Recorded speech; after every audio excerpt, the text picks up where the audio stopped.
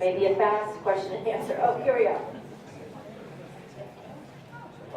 Nobody mentioned natural gas in North Pole. Is there any movement towards getting actual gas in a pipe for customers? You want that, Bryce? We have some interior gas utility people here. Bryce has some information. Thanks, Jim. Well, everyone's aware for pretty much everything south of First Road has been, gas lines have been put in, and they're sitting there empty, and we're all waiting for gas. From the time they get the contract, it's about 3 years, so it's going to be right smack dab in the middle of this. So that's definitely something folks need to take into consideration.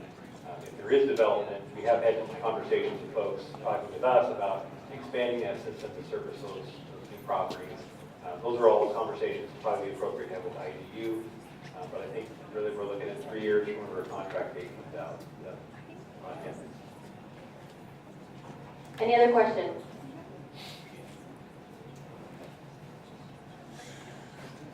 Pretty quiet group. I just want to point out that the mayor was wrong. I actually do work. I'm standing up here walking this microphone back and forth. So.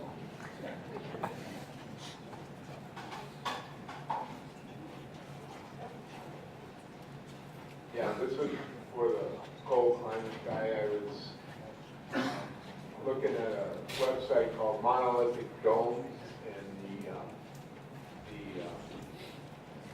unique characteristics of them. There are some homes in Alaska that are working, and they're windproof, fireproof, and very efficient. Are those? I think there was a problem where they wouldn't meet some kind of code, and so they're not normally used. I have to admit, I'm not real familiar with any. I'm not familiar with any that have been built around Alaska. Not to say they can't be done. I would look at do a market analysis first before thinking about bringing them up. But I think that all options are on the table for energy efficient homes out here. Anybody else? I know it was a lot of information and you're probably just digesting all of it. I did want to remind you that all of this information will be on our website. All the presentations will have links to various resources like CCHRC, the borough, the North Pole planning. All of that will be on our website. And one thing that you can help us with is, as we move forward, as Kristen mentioned, that this is in a series of housing summits. The information that we don't have today, the gaps that you see that we should fill, the people that we should bring here that you don't see here up at the table. If you want to just write it down or you want to give us a call, whatever. But the idea is to keep supplying the community with information that's going to help them make their decisions. And we don't pretend to be experts in this. I think the experts are sitting in the audience. So you can help us by telling us what are those things we're missing. I just have a two-part question. What are the odds of them not coming? And the other question is, what happens if the government goes at the end and goes, oh, you guys didn't get it done, we're going to build them ourselves anyway. Too bad, so sad.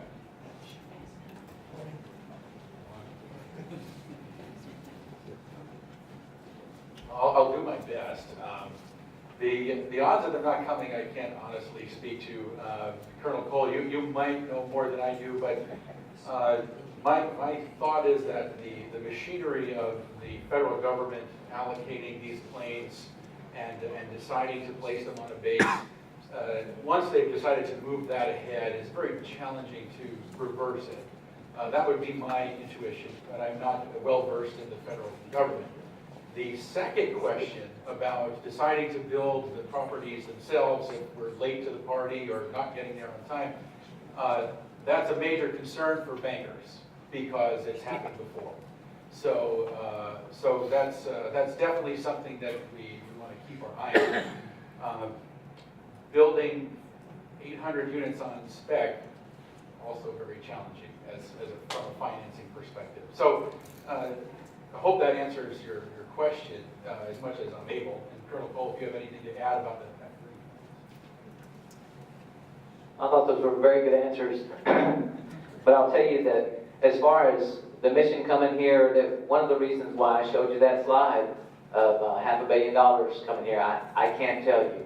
I can't tell you for sure that the F-35s are coming here, but as you know, the military pouring in $500 million into the base, I think it speaks pretty loudly.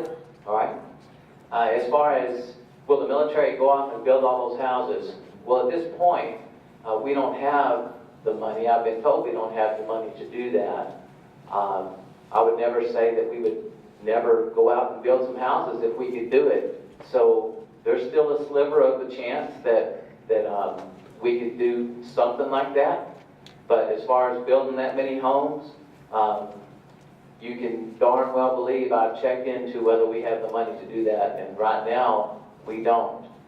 And so it's a great opportunity for the community if they would like to do this. But I just want to go back to what was said earlier, and that's the fact that we would just want to make sure that these are y'all's choices. This is your community, and it's up to you whether you would like to do these things or not. Jim, just somebody that we might think about having at this next time is the folks from Corvius Military Living. You might invite them to, I know they built some units on Isle Sand. They had plans perhaps to build more inside the gate. So they might add some more information to the plan, next time around.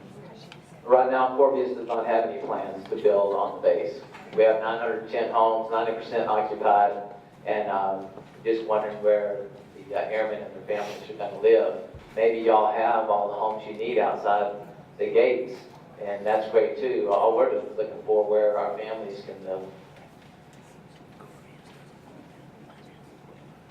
Any other questions?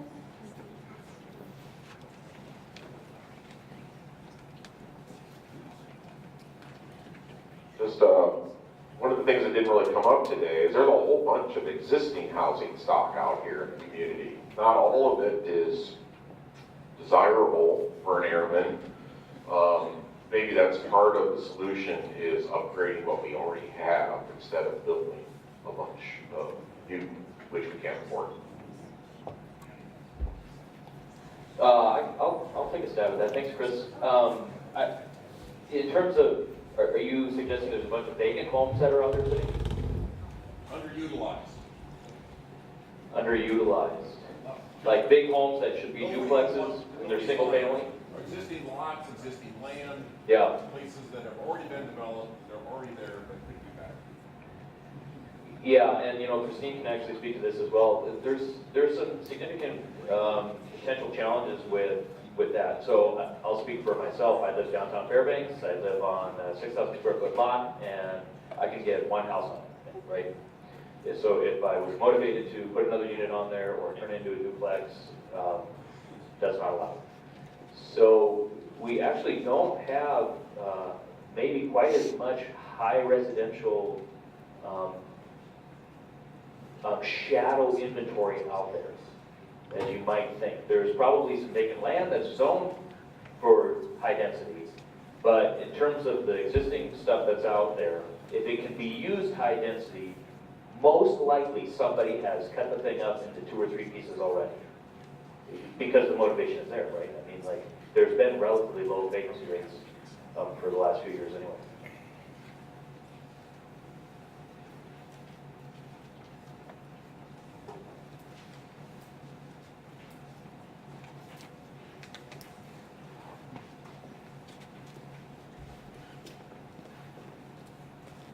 Hello, I'm the new guy in town, brought up from Juneau to serve as service manager for Alcohol.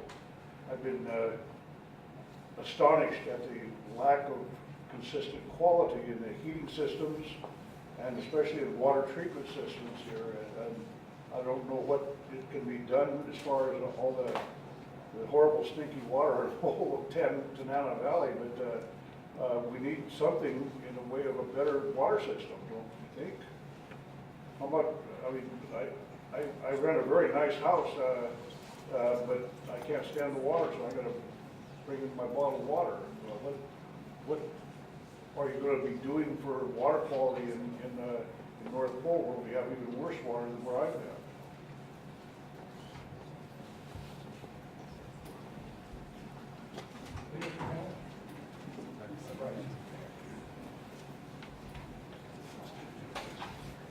So there's a couple of good questions there.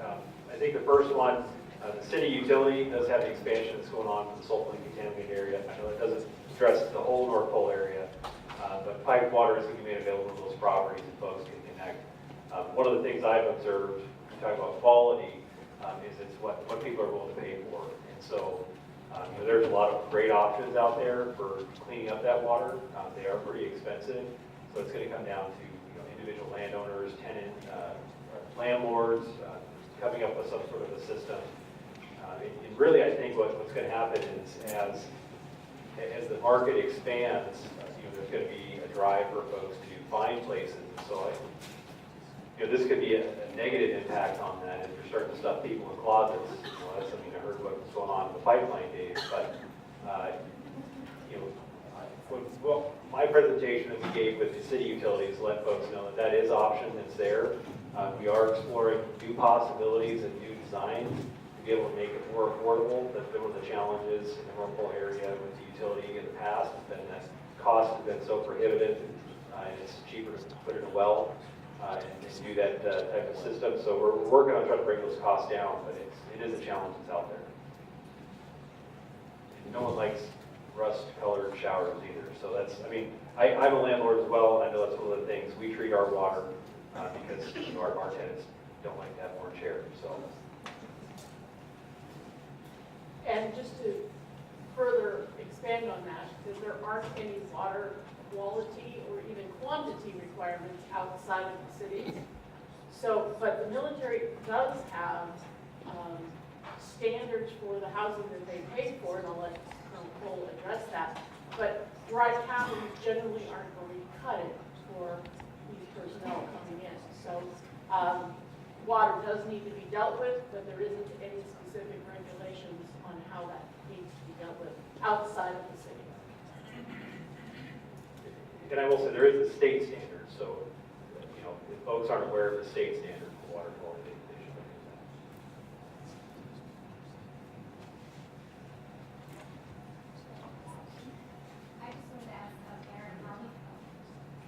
I just wanted to ask Aaron how he felt about appraisals. You don't really want to know. I think that was a joke. Thank you, Jim. In the past, Fort Wainwright, when we met with the same type of a challenge of a great deal of personnel coming in a short time frame and not having any place to put them, they leased a portion of land outside the back gate of Fort Wainwright to a developer, and developed they put in some rental units and single-family housing, which is now called Birchwood Homes. And I know that that project didn't have the best track record, but we're looking at building all these homes for people to get into their cars and commute from North Pole or Saltra across a large expanse of military land to get to the base, and then at night leave and go home. And maybe there's another option that could be looked at. If I'm not mistaken, that original complex, Birchwood Homes, was designed as 801 housing. 801 housing was a federal program that they had both on Eielson, which has been torn down, and out the back gate of Fort Wayne right now. But that program no longer exists. So, the privatized housing that they have, Corvias and Atticus on Fort Wainwright, Corvias on Eielson, Atticus on Fort Wainwright is an option. But I just came back from San Antonio to an Association of Defense Communities where we talked to the Undersecretary of the Air Force for installation, for housing And the process that goes, like for Corpus to go through and build more houses on Allison Air Force Base, not only would require Corpus to make a decision to build more houses, it would require the Air Force to go through the process to put in more privatized housing. The conversation I had today on the telephone with the people from San Antonio is that would be a 6 to 8 year process. So this is not something that's quick. It can't happen quickly, and there are no provisions for it now. If you think of, my question to them when I was in San Antonio, obviously the change of administration has brought more emphasis on military spending. But you think of military spending and where they are today, where the military is today, military-wide. They have a lot of recapitalization in equipment and manpower, and it is very, very unlikely that they're going to spend any of that money on housing because they are so far behind on F-35s and everything else. So,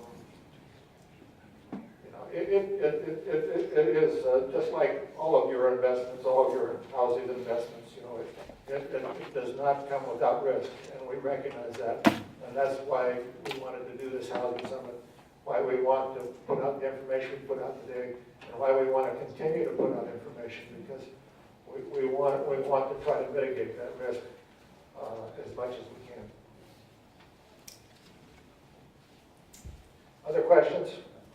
Well, there's no use holding everybody here at 5 just because we scheduled this at 5. Sounds like a good time to close it out. Again, we want to thank everybody for coming. We want to thank Fairbanks North Star Borough for their support for this. We want to thank Allison Air Force Base for coming. Also, definitely want to thank the Pipeline Training Center for providing this space. They actually have been a great partner. We use this space more than we should, but it's a great space, and they really do a great job here. So thanks to all of them. Kristen, anything? Just a reminder, you can see right on the screen, we have started a webpage on our website that will have all this information. So we really encourage you to revisit these presentations. I'll be putting them up tomorrow and next week, as well as Dave there in the back recording this for us. And so all of that will be up on the site as well. And as you have any concerns, questions, where to find resources for any of these things, please contact us. Our contact information is there, and we will point you in the direction we hope you need to move forward. And our panelists as well, all of their contact information and their websites and pages will be up on this new webpage that we have as well. So thank you again for coming, and this will be one of many more, I'm sure. So thanks again.